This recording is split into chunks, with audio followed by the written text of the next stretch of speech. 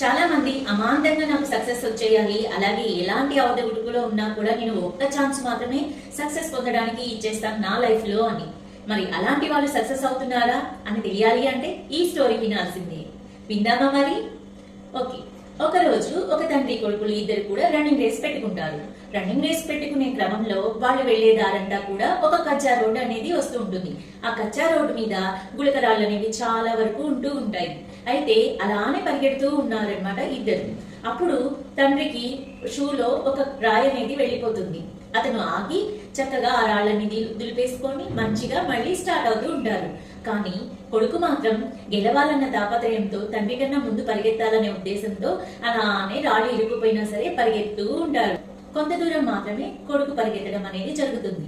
ఆ తర్వాత గాయాలు కలిగిన ఆ కాళ్ళతో పరిగెత్తలేక కొడుకు ఆగిపోతాడు. కానీ తండ్రి మాత్రం అదే పనిగా తను ఎక్కడి వరకైతే డిస్టెన్స్ ఉంటుందో అంతవరకు పరిగెత్తి విజయాన్ని సాధిస్తాడు.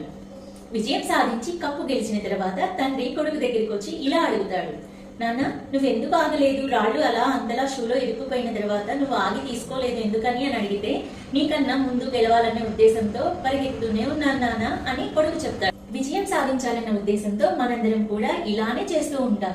ఎప్పుడైతే గాయాలు అయ్యేదాకా పరిగెత్తుతారో ఆ గాయాలు అయిన తర్వాత పూర్తిగా ఆపేయడం జరుగుతుంది. సో సక్సెస్ కూడా ఇంతే.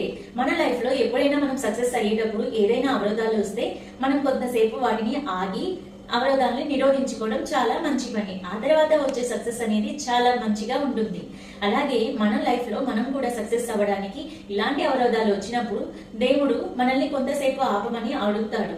అప్పుడు కనుక మనం ఆగలేకపోతే ఇలాంటి పరిణామాలే మన లైఫ్ లో కూడా జరుగుతూ ఉంటాయని తండ్రి చెప్పాడు.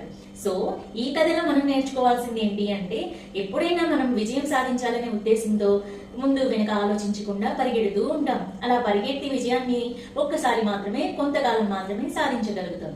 బట్ లైఫ్ లాంగ్ మనం ప్రతిదానిలో విజయం సాధించాలి అంటే ఇలాంటి అవరోధాలకి ఎక్కడ కూడా తావు లేకుండా చూసుకోవడం మన బాధ్యత. మరి ఈ స్టోరీ మీకు నచ్చిందా? ఈ స్టోరీ కనుక మీకు నచ్చింది అనుకుంటే ఒక లైక్ చేయడం మాత్రం అస్సలు మర్చిపోవద్దు. ఎందుకు అంటే మన లైఫ్ లో మనం ఎలా విజయం సాధిస్తూ ముందుకెళ్తున్నామో అవతలి వాళ్ళ లైఫ్ లో కూడా లైఫ్ ట్రాన్స్ఫర్మేషన్ జరుగుతూ వాళ్ళ లైఫ్ ని కూడా ముందుకు సాగించేలాగా చేయడమే నా యొక్క లక్ష్యం. మరి ఈ లక్ష్యానికి మీరందరూ కూడా తోడ్పడతారని కోరుకుంటూ సెలవు తీసుకుంటున్నాను. Thank you.